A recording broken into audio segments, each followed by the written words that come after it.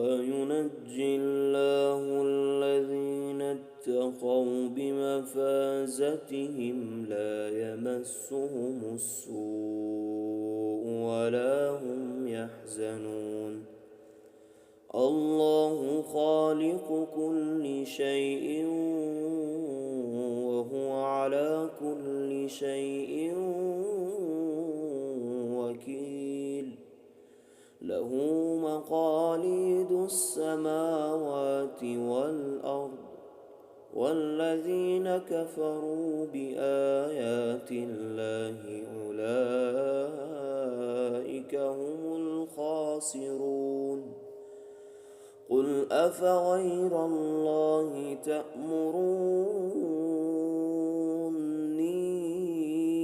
أعبد أيها الجاهلون؟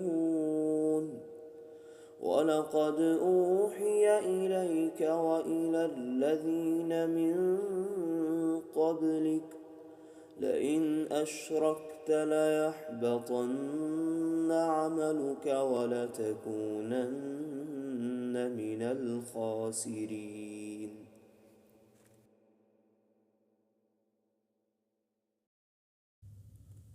ويل لكل همزة لمزة الذي جمع مالا وعدده يحسب أن ماله أخلده كلا لينبذن في الحطمة وما أدراك ما الحطمة نار الله الموقدة التي تطلع على الأفئدة إنها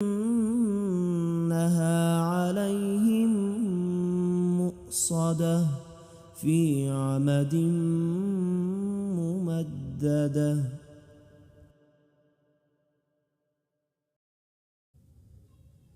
تبارك الذي جعل في السماء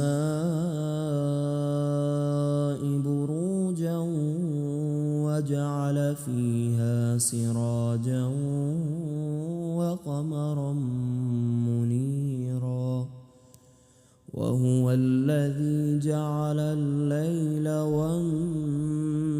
والنهار خلفة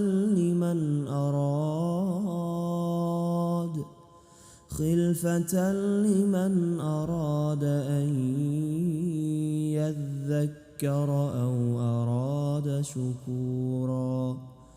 وعباد الرحمن الذين يمشون على الأرض هونا وإذا خاطبهم الجاهلون قالوا سلاما والذين يبيتون لربهم سجدا